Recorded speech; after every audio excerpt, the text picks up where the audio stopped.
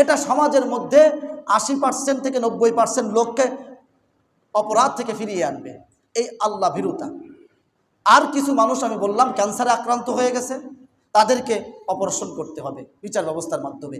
তো যাই হোক, আমি বলতে চাইছিলাম ইসলামী বিচার ব্যবস্থা বনাম বাংলাদেশের প্রচলিত বিচার ব্যবস্থা, আমি এর তুলনামূলক বিশ্লেষণ আপনাদের সামনে করব, যাতে করে আমরা বুঝতে পারি যে আমাদের জন্য আসলেই এই বিচার ব্যবস্থা, যেটা ব্রিটিশ উপনিবেশিক বিচার ব্যবস্থা আমাদের দেশে চলতেছে, ব্রিটিশ আমাদেরকে প্রায় 190 বছর 200 বছর আমাদেরকে পিষে ফেলেছে, মানে আপনাদের শাসন করে আমাদেরকে পিষে ফেলেছে, যার কারণে আমরা আন্দোলন করে আমরা তাদেরকে তাড়িয়েছি ঠিকই, কিন্তু তাদের সেই বিচার ব্যবস্থা কিন্তু এখনো ধরে রেখেছি।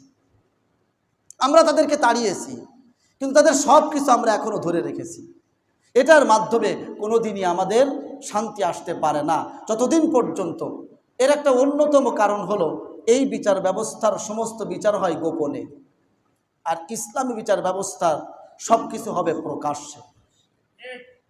একজনকে যদি রজম করে হত্যা করা হয়, এইখানে আমি ছোট করে আমি আরো বিশ্লেষণ করব। এই যে মাঠের মধ্যে সমস্ত হিজবুল্লাহবাসীর চতুর্দিকে দাঁড়ানো, মাঠের মাঝখানে একজনকে পুতা ব্যভিচার হয়েছে, ব্যভিচার জিনা করেছে, ওরা পাথর মেরে নিক্ষেপ করে হত্যা করা হয়েছে। এই বিচার যদি কেউ দেখে, সে আর কোনোদিনই ধৃষ্টতা বোধ করবে না, কোনোদিনই ধৃষ্টতা দেখাবে না যে কোনো মেয়ের দিকে এরকম চোখ তুলে তাকাবে। এই ধৃষ্টতা, এই শক্তি, সাহস আর কোনো যুবকের হবে না।